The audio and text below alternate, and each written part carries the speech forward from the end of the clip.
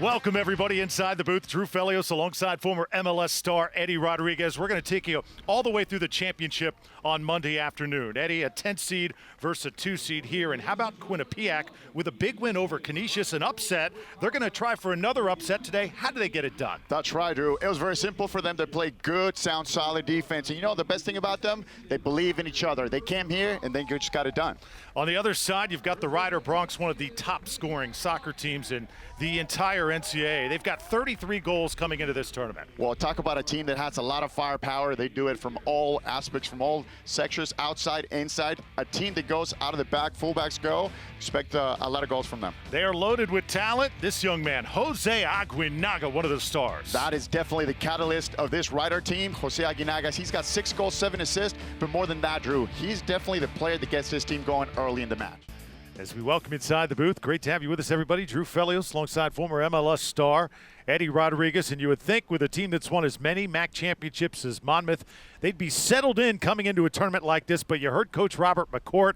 They had some jitters, and that goal by Alves really settled them down. That's right, Drew. Monmouth came in here, scored right away, so we thought it was going to be, an easy game, but not at all. Manhattan came back, started putting a little pressure, and they've had a lot of chances. Not clear chances, but a lot of chances. Yeah, the Jaspers definitely not backing down. And I'd say for the second part of that first half, they really controlled the tempo. All they got to do is find a way to put it in the net and get it past Eric Klinovsky. And that's the difference. Klinovsky, a goalkeeper, 6'6", huge frame. And the chances for Manhattan have been like that, not clear.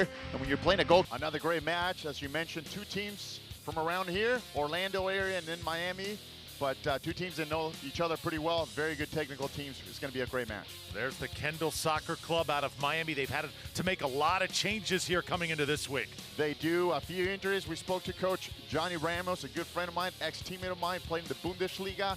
There's a team that's kind of a little bit patched up because of injuries. They're going to have to play a little more defensive, but today they do have some kids that are being called up, so they do expect a good game. How about Montford Academy? So talented from top to bottom.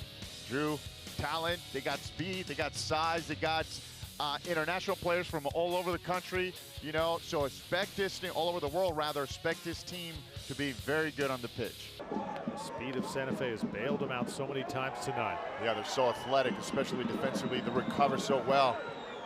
Just when you think Bayer Leverkusen is going to have a chance to take a shot, to just come in and stick their foot in there and save the day. Little flick, a shot, and a goal! Kisling with a goal. Very deserving, though. He's been getting pounding on the whole game. Just a tap in for him, though. He can wide open the far post all by himself. The ball just trickled. Nothing Castellanos could do. There's that give and go that we talk about. Great ball to the far post. Ball bounces back. Kiesling right there. So simple with a left-footed inside of his left foot. And I think for him that's just karma, though. He's been taking a beating from this Santa Fe defense all day long, and finally puts his team ahead 1-0. Important for Schalke maybe to use the width, because it looks like there's going to be a lot of width for them to use as for order to kind of condense the space, would you say? Absolutely. They're going to keep doing that, and that's why we see the fullbacks all the way open when they have the ball. When they lose the ball, they use that accordion. They close. They tack the middle, and of course, any system that you play, you're going to give up something. They can give up the outside because Fort Lauderdale, only playing with 1 forward, but look how good they are in the ball. They possess the ball, they take their time, they're trying to get those triangulations, and here they are trying to get some crosses once again. AS Roma, keep in mind, they have controlled possession over the past 20 minutes. And they've truly had the chances. That was an isolated chance Clearwater had. And of course came via a penalty kick, something you don't expect all the time, but for them, it's simple. Just stick to the system. They've created chances, especially going down the line. They just haven't been able to deliver the ball to Keba, the number 11 on top, but they've had some chances so far, so they just got to stick to the system and keep going forward. Had a chance to speak with Clearwater head coach Roberto Lopez before the match, and he told us that he was confident his team could hang with AS Roma and convert on a chance just like his team just did in order to get this victory. Well, and he actually called it. He said, you know what, we're not going to switch our style of play. We're not going to change anything. We're going to come out with a 4-3-3. Just play a little more defensive, take care of the ball when we have it, take care of the set pieces, and take our chances. Of course, we don't want to give up any soft goals, and they've done just that. Taking the time to work itself into the game, into the flow of the game. And that's exactly what they need to do. They need to come down, get back into the game, possess the ball, figure out when you want to go forward, when you can keep the ball, and whatever you do, don't lose the ball in transition.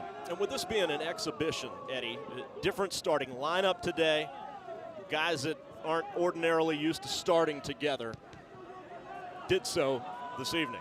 Yeah, but at the same time, Tom, you know, this is a professional team, so anybody who steps on that pitch, you're expected to play, you're expected to perform.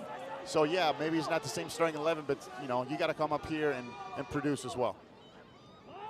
Remember, a lot of these guys are, you know, don't get a lot of quality minutes throughout the season. Of course, the majority of them are starters, but at the same time, if you want to be a starting 11, if you want to be, you know, playing all the time for your team, you got to produce here. So this is a great chance if you're not a starter.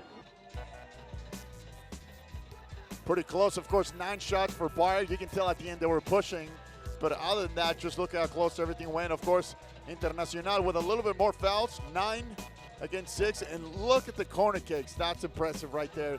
That tells you how much going forward Leverkusen was at the end, trying to, you know, finally get that equalizer, and they get it done at the end. Yeah. Coach, were you a little surprised that it took your team, you know, the good 15, 20 minutes to finally get going? It almost like, you know, they weren't ready to come out, or a little flat perhaps? Yeah, I mean, psychologically sometimes I can never quite figure out our guys. Sometimes we get off to a fast start, sometimes we don't. Today we did not for whatever reason. And, you know, we just had to be patient. We settled into the game a little bit more, and I think that, you know, what we do best is move the ball and try to get behind teams and you know, score goals. And we started to come on with that for sure. AS Roma Primavera battling the Clearwater Chargers at the Disney Soccer Showcase. Clearwater defense came to play early. How about the goalie, Usama Abel? Great save. He comes up, collects the ball. Right place, right time for the Clearwater keeper. Chargers then attacking, and a penalty committed by AS Roma. So a penalty kick awarded to Antonio Colaci, and he gives Clearwater a 1-0 lead. Colaci with a great strike right down the middle to make it 1-0 for Clearwater. AS Roma comes right back, though. How about Kiba? He was outstanding. Kiba, right place, right time, top shelf to makes it 2-1 for Roma. AS Roma, more firepower. Francesco D'Onofrio, he shakes free and puts it in. So a comfortable lead for AS Roma, and it would extend. Kiba again in the box. An early start for Roma. Kiba near post. How about that celebration to make it 3-1 for Roma? Kiba's going to be a superstar in the future. In fact, he is right now. 4-1, AS Roma over the Clearwater Chargers. The way we train our kids, we always concentrate on the basics. The technical and tactical ability of a soccer player has to be first and foremost. Once you learn the basics, then after that it comes down to how hard you train and the efficiency of your training. So when we come to a place like this, efficiency is great because now you're maximizing your potential technically, tactically, and then we get into how good are you physically. You know, how you can run faster, can you have the ability to last 90 minutes against higher competition, and then we talk about hydration, nutrition, all the things that are going to make you a better athlete on and off the field as well.